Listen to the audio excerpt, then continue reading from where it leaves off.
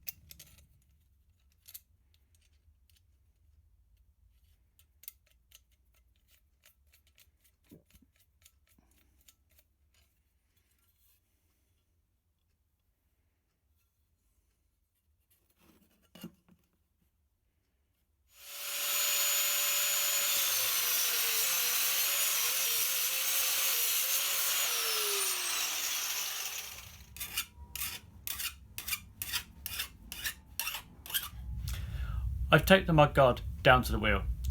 Now I need to make the brackets actually fit, and it's just going to be a long and fiddly process of bending and adjusting to actually make it work. If I'd have simply done it with some strap steel the way that Harley did it in the 40s, which would have been period correct for this build, it would have been so much easier. But there we are, so let's get this done.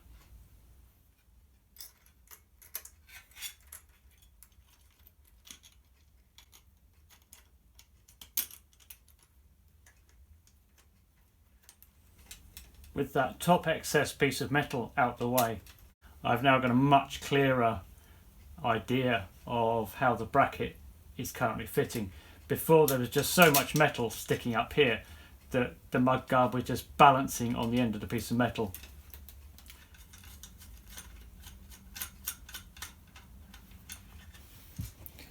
This is more like the clearance I'm looking for. It can go a little bit more than this. Maybe it will. I've still got plenty of room up in here to move this a bit further away from the tyre. Needs to be squared up and so forth yet. this will be about the length of it down the bottom.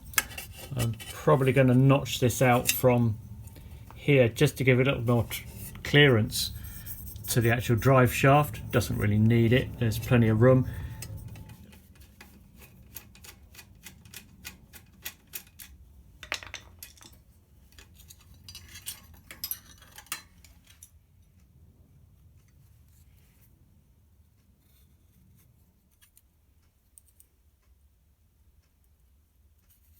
Brackets coming down to more manageable size now.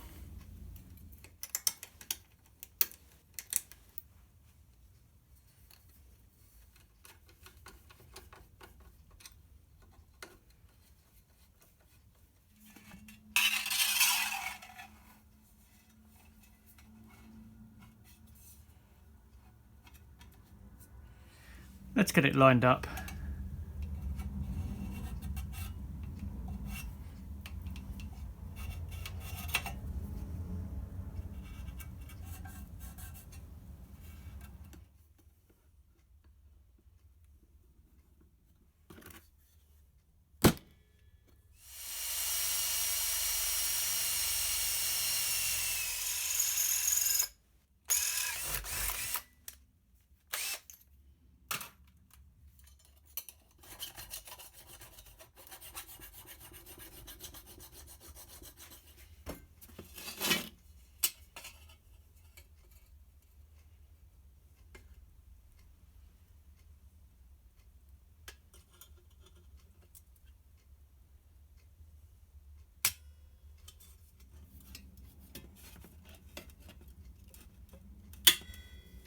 And now the moment of truth. 2 tacks, decent penetration, at least colour wise. Let's put it on the bike. Now the bracket is still just bolted on the other side.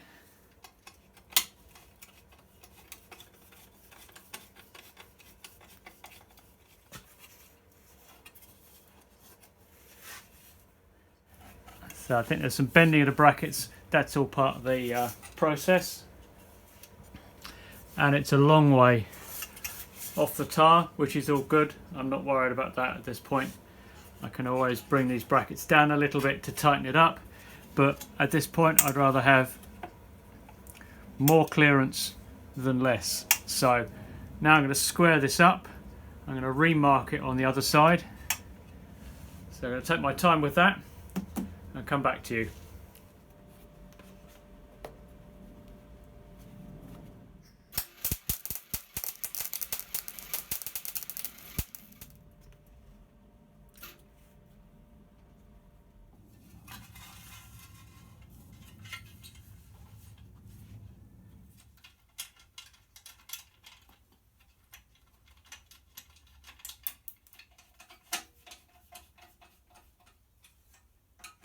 Right, let's have a look at it. Now, there's going to be some fitment issues because there's heat warpage, there's just 101 factors that don't quite align. Now you can see it's quite tight down here, but I have also got it mounted quite tightly to the tyre. There's still quite a lot of room up here, and it's not designed to be this close, so I need to shift these brackets up a little bit. There is lots of room here, more perhaps room than I would have wanted, but I can break these welds free and redo them, but I'm not, to be honest, overly worried about that. This side it looks okay.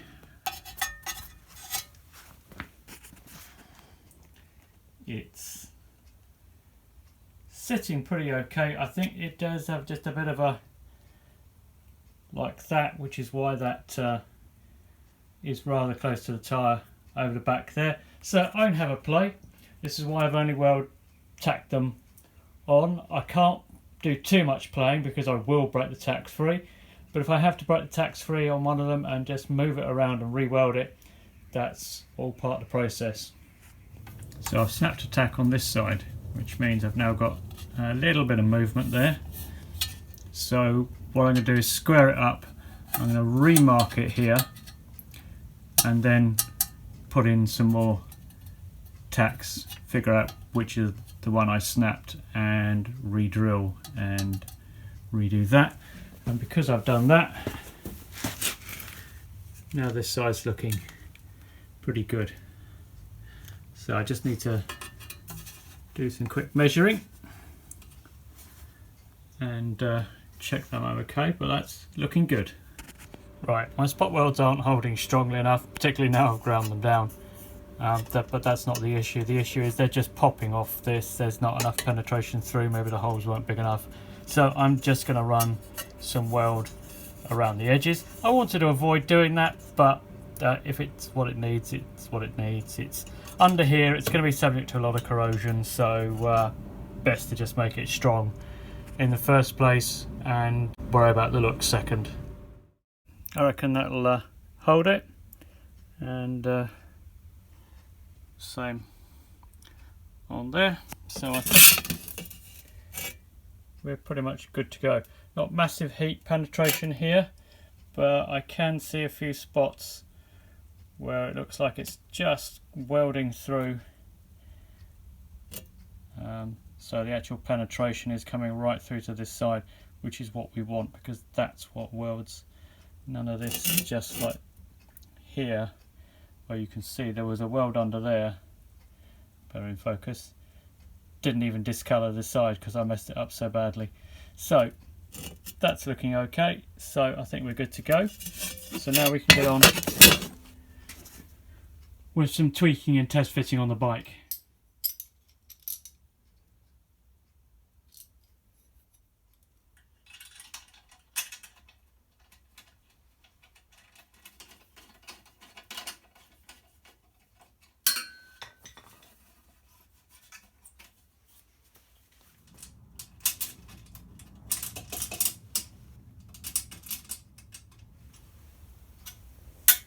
I got that bracket on upside down. Part of the problem here is that these brackets are all custom, which means they don't fit properly. That's another way of describing it.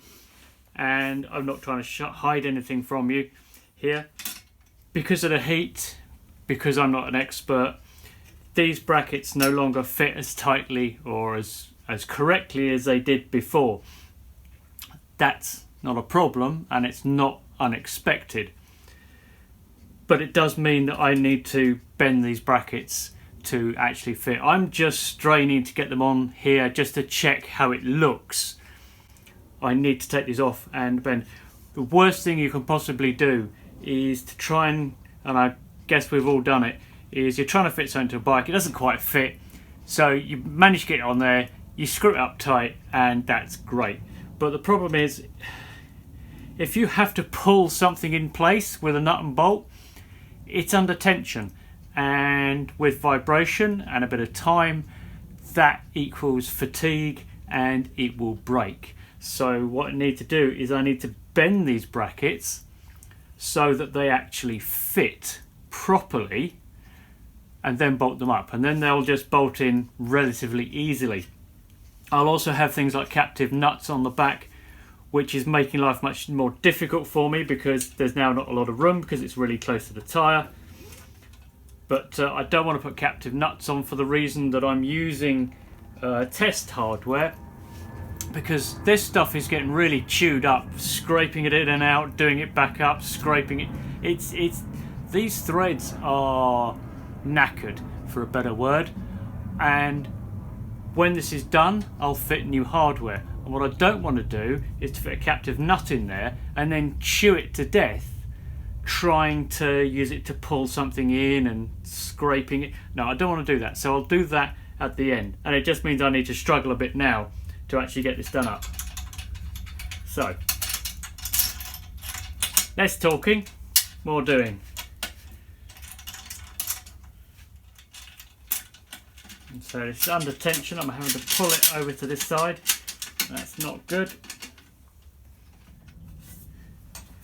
But as I say, this is test fit. This is what we're doing.